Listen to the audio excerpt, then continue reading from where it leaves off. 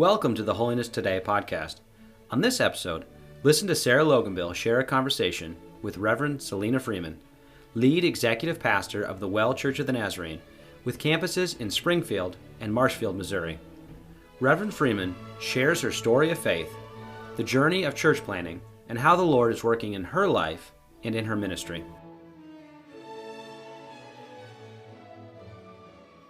Thank you so much for joining us today on the Holiness Today podcast. We're here with Selena Freeman, who is the lead pastor over the Well Church. Selena, I've really been looking forward to getting to talk to you and know more about your story. So thanks so much for being here. Yeah, thanks for having me. I'm excited also. Awesome. Well, we'll just jump right in. So if you wouldn't mind taking a few minutes to tell us a little bit about yourself, your upbringing, your story of faith, call to ministry, your life story. Sure. So I grew up in Southwest Missouri. I have lived in Southwest Missouri my entire life, other than a few years at Mid-American Nazarene University in Olathe, Kansas. And I grew up on a dairy farm and grew up in a wonderful little kind of country church. I grew up in the Free Will Baptist Church, and it was a very healthy church. We had lots of functions and lots of meals together, and I loved the church that I grew up in. I had a wonderful pastor and pastor wife and mentors there that came alongside of me. So I came to know Christ at a very early age. And I would say probably when I was about 12 years old, I began to really kind of feel a call. I don't even know that I would say of ministry in my life, because I don't think I had words for that, but just really feel the Lord kind of setting me apart. However, growing up in the Free Will Baptist Church, I did not have any context of women in ministry or women preaching or, really teaching from the platform at all. So I thought I probably would maybe marry a preacher, or maybe I would be a missionary. And so life progressed, and I went to college, and I majored in broadcast journalism in college, my first couple of years, and thought that if I couldn't be a preacher, then maybe I would just be like a radio personality or a TV personality, and I would tell people about Jesus, and that way I would be maybe a motivational speaker. And then my husband, John, he and I met when we were still in high school, and he had grown up in the Church of the Nazarene. And so John went off to Mid-American Nazarene. I stayed in Springfield and went to Evangel, but then we were married the summer before our junior year in college. And so then I transferred to Mid-America, and that's how I wound up there and really a part of the Church of the Nazarene. But even then, I didn't have an understanding of women in pastoral ministry. So I completed my degree there in speech and theater education, and I taught high school speech and theater for a few years. And then I was what I would have considered a stay-at-home mom for about 7 years. I volunteered at the church, during those years of being home with my kids. And really, it was those years as a stay-at-home mom, as I volunteered in the church, that the Lord just continued to affirm his call of pastoral ministry upon my life. And so finally at 30, I answered the call into pastoral ministry, and I started the process of ordination. And at that time, I had my bachelor's degree. I had gone back and got a master's degree in counseling. And so then I just went through Nazarene Bible College and completed my ordination requirements. And so at that time, really, I was working with youth in our local Church of the Nazarene in Marshfield. And so my husband and I, we were there in that church for 18 years when the Lord began to place this call of church planting upon our lives. So in our years of youth ministry, we had many teenagers in and out of our home. And one of them that just kind of stuck was named Dylan Robinson. So he was a teen who would come into our home because of just some really rough family situations he was going through. And we kind of finished raising him. He went to Mid-America for a season, was called into youth ministry, and was in Pittsburgh, Kansas, serving as a youth minister at 20 years old. And we were so proud of him because we really took him into our home to just try to help him get through high school. He had been on drugs and, just had a really rough upbringing. And so we were just trying to kind of help him get through the process. And he really became a son to us in those years. And so he was youth pastoring in Pittsburgh, Kansas, and we were youth pastoring in Marshfield at this church we had been at for 18 years. And Mark Bain became our district superintendent. And, you know, I don't know that I had really ever heard anyone talk about church planting, but, Mark came onto the scene and he was running and gunning and on fire about people planting churches. And so I remember I was at a district assembly. I was there just as a youth pastor. And for whatever reason, the Lord kind of gave Mark eyes to see me. And he said, well, who are you and what do you do? And, I told him my name and that I was a youth pastor. And he said, well, you need to come to our church planning assessment. And so I was just so excited. I don't know, probably to be seen, honestly, to be invited to the table. And so John and I signed up for this church planning assessment. And so I tell people that I didn't really tell John what it was because I was afraid if I told him what we were doing, he wouldn't go with me. And you are required to take your spouse, like your spouse is required to go with you. And so you have to fill out all these personality assessments and all these questionnaires. So I filled out all of John's personality assessments for him. I filled out all the questionnaires for him. And so when we got to this assessment, he was like, Selena, what are we doing? What is this? But anyway, through a course of events, the Lord certainly used Mark and Pastor Dylan really to affirm this call into church planting. And we planted the Well Church 8 years ago. Pastor Dylan and I were co-pastors. And it was an unusual situation. I was 40 years old. I had never led a church. Dylan was 22 or 23 at the time, just kind of a kid. And we were an unlikely pair. But we felt strongly that God had placed this assignment upon our life. And so that's kind of what started the process. Wow, that's a beautiful story. Yeah. Also, I definitely can see how that played out with Mark Bain. That sounds exactly like him. I love it. Yeah, I'm so grateful for him in my life. I am. And it has shaped my ministry. I've always prayed that God would give me eyes to see people that others do not see, because one of my favorite books is The Power of the Other by Dr. Henry Cloud. And he just talks about how no one makes it from point A to point B without other people in their life. And Absolutely. I just want to be one of those others. I want to be one of those people that sees who God sees, but maybe others don't see. And I was that person, and I believe in those individuals. So it's beautiful testimony. yeah. Amazing. Okay, so you obviously are at the Well now. Can you tell us a little bit about how that's going, what the Well is involved in right now? What are you doing there? Yeah. So I currently am serving as the lead pastor of the Well Church. But with that being said, we actually have assigned campus pastors to both of our campuses. We have 2 locations, one in Springfield, Missouri, one in Marshfield, Missouri. I also tell people, I think it's important for people to hear this. There are 2 campuses of the Well Church, but we've planted 4. And I say that because that's church planting. Like it's okay for things to not work. It's okay for things to not go the way you think they're going to go. I just want people to hear that, because I think sometimes people hear, some of the great things that the Lord has done through the Well Church, but my goodness, we've had plenty of failures and setbacks and things we tried that didn't work. So we've planted 4 campuses. We currently have 2, but we have the 3rd campus in plans right now. We're making plans for that, so we're excited. But my role and my role in that is really going to lead more into an executive role, a planting role, kind of casting vision for the future, and leadership development. I feel like probably the greatest call of God upon my life is the development of leaders and church planting. So I'm excited to kind of start moving in that direction. Great. Thanks for being vulnerable and being able to talk about that. Because I know, being like having setbacks and things not working out and trying new things, that's just part of life. But I don't know. I think it makes things feel more relatable when people are just upfront about it, and you can work together and find solutions. So that's great. Thank you.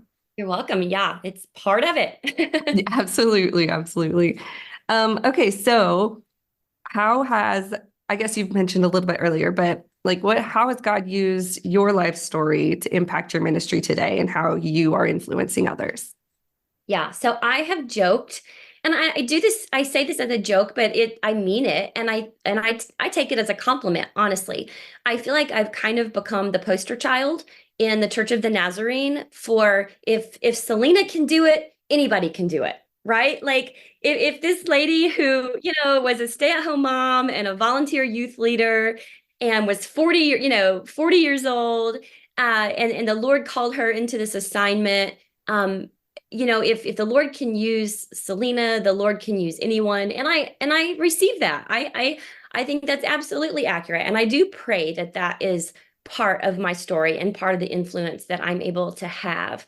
I think that I think when I am able to share or go and speak, it kind of opens people's minds up to the idea that there probably are people sitting in their congregation right now who have a call of pastoral ministry upon their life, who have just never been able to walk in that or even know how to begin to walk in that God wants to use in powerful ways to build his kingdom, if they will just pray that God will give them the eyes to see those individuals and then to take the time and the effort and the energy, to begin to lead them and show them the path of leadership and development and preparation. So I think that that's probably I would say the biggest way that kind of my story, I hope, is impacting the kingdom and impacting people to become leaders within the church. Love it. That's great. Okay, so similar to this question, if you could go back to the start of your ministry, or even if like today, you're working with people who are just beginning in their ministry or, fresh and new and trying to learn, what advice would you share with others in those beginning stages? So that the statement that comes to my mind is one that most of us have heard before, but it simply says, never overestimate what you can accomplish in a short amount of time, but never underestimate what you can accomplish over a lifetime. So just yesterday, one of our young staff members came in my office and he and I were talking, and God's just opening some great doors for him, and he's so excited about ministry, but he wants it to move. He wants it to move faster, faster. He wants more. He wants God to trust him with more. And I said to him, I said, Tony, it took 18 years to plant the Well Church. And, a lot of people think, the Well's 8 years old or whatever, but the Well is like 30 years old. I mean, the 18 years that I spent in youth ministry and volunteer ministry and raising my kids and being a stay-at-home mom, the Lord was preparing the Well Church in those years.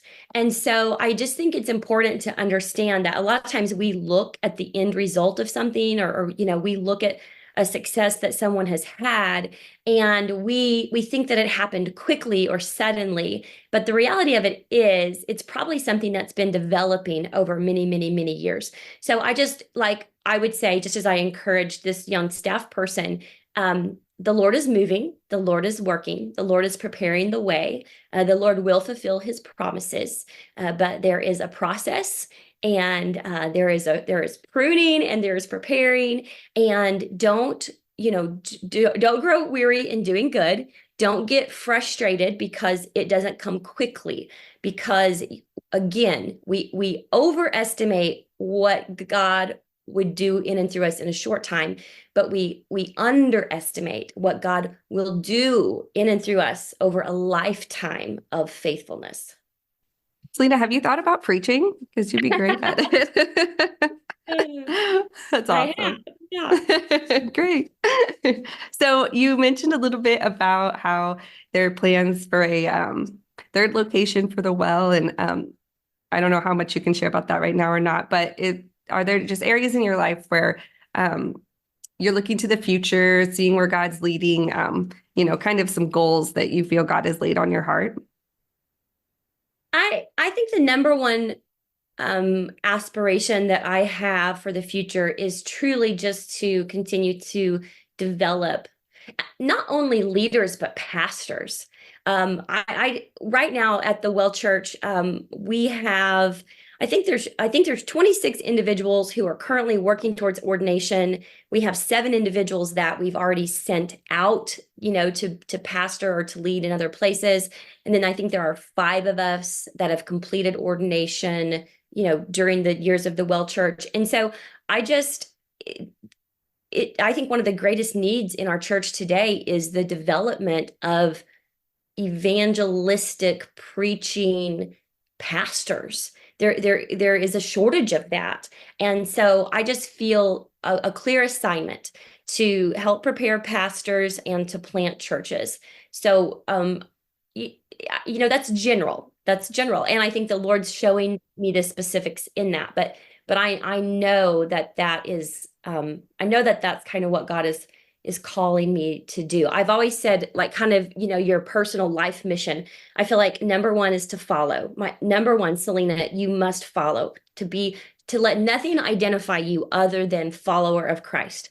You not pastor, not leader, not church planter, follower. So to always find my identity in follower, so that I would follow God, that I would lead others, right? That I would lead his church, that I would equip the saints, and that I would plant churches. So those are just kind of my words, like follow, lead, equip, plant. And that's kind of my life mission. And I just kind of hang on to that. I feel like a lot of us could apply some of that to our lives. So I know you're obviously the lead pastor and you travel some and talk at conferences and other churches. So what is one of your favorite or your go-to passages to preach on? So my favorite thing to preach on is calling, 100%. And so there's really 3 passages of scripture that kind of go together to me. So what I would kind of consider my life verse is Ephesians 4:1, which simply says, live a life worthy of the calling you have received. Be completely humble and gentle, be patient, bearing with one another in love. And then it goes on to say, make every effort to keep the unity of the Spirit through the bond of peace. And so this idea that we live a life worthy of the calling, we all have this call of God upon your life. And then I love John 15:16, and it's, talking about the vine and the branches. But in John 15:16, it says, you did not choose me, but I chose you. Christ says, I chose you, and I appointed you that you would go bear fruit that would last. And so it's this idea that God has called us. And not only are we called to live a life worthy of that calling, but he chose us. And not only did he choose us, but he's appointed us, right? And he's appointed us to bear fruit. And then my last passage of scripture that I would kind of bring into that is Ephesians 2:10, which says, we are Christ's workmanship. Some translations say we are God's masterpiece, created anew in Christ Jesus to do good works that he prepared in advance for us to do. And I just believe in that. I believe in those good works that God has prepared for each of us in our life to do, the calling that he's placed upon our life, the appointments that he's placed, the assignment he's placed upon our life. And so I believe that's true for every Christian, for every follower of Christ. And so that's what makes me excited, gets me passionate. I want people to know that and to live that and to experience that. That's amazing. Yeah. That's great. Okay, I've got a couple fun questions for you.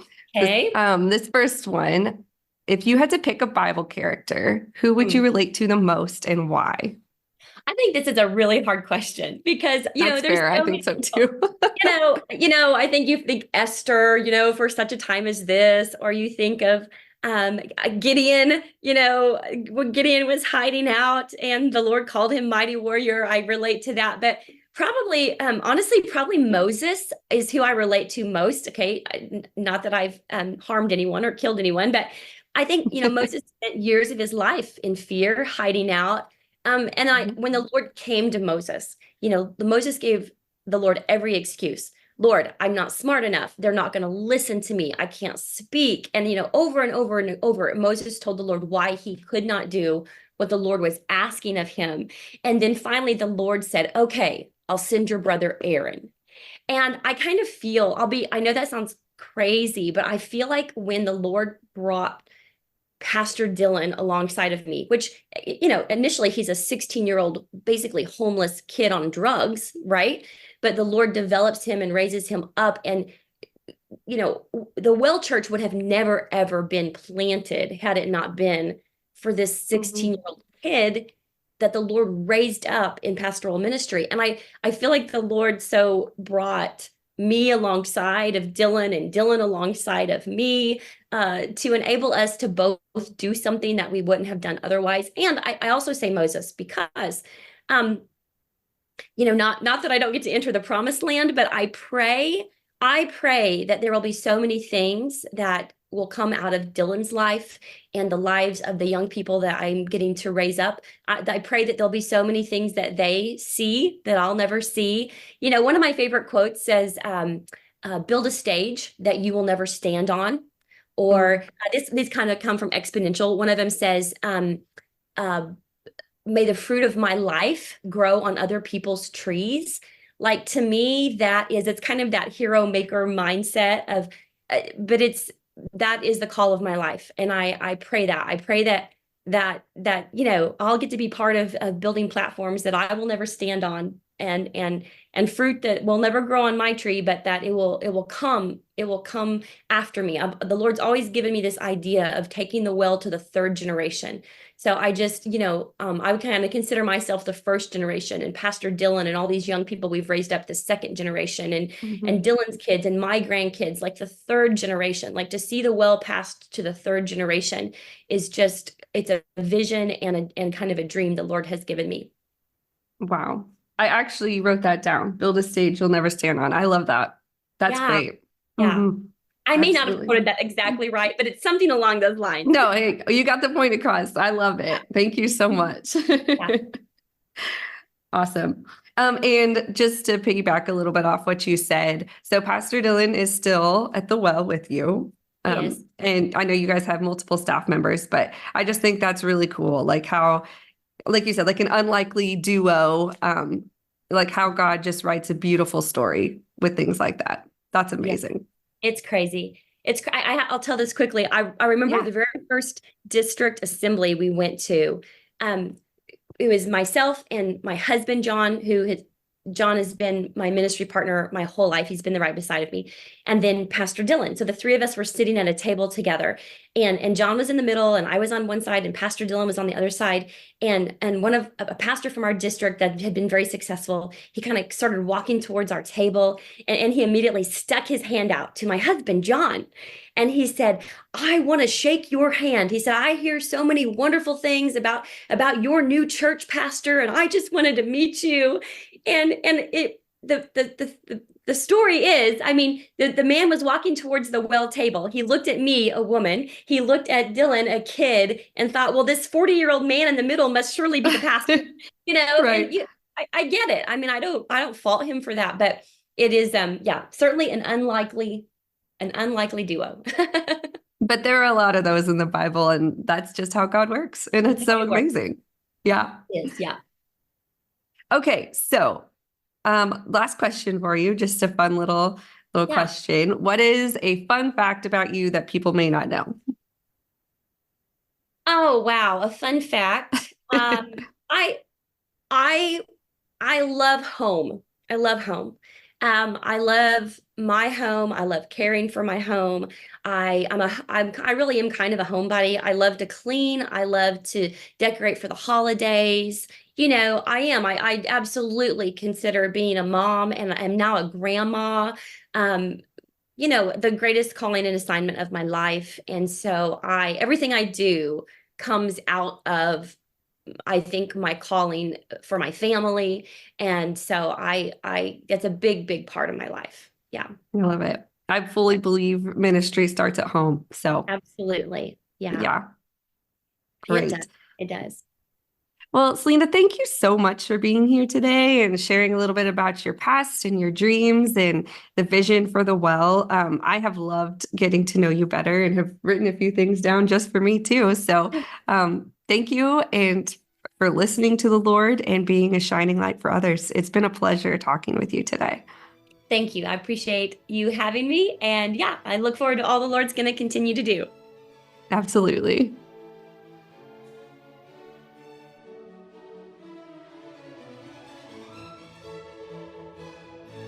Thank you for listening to the Holiness Today podcast. If you enjoyed this production and wish to hear more, visit holinesstoday.org/podcast or find us on Spotify, Apple, and Google Podcasts.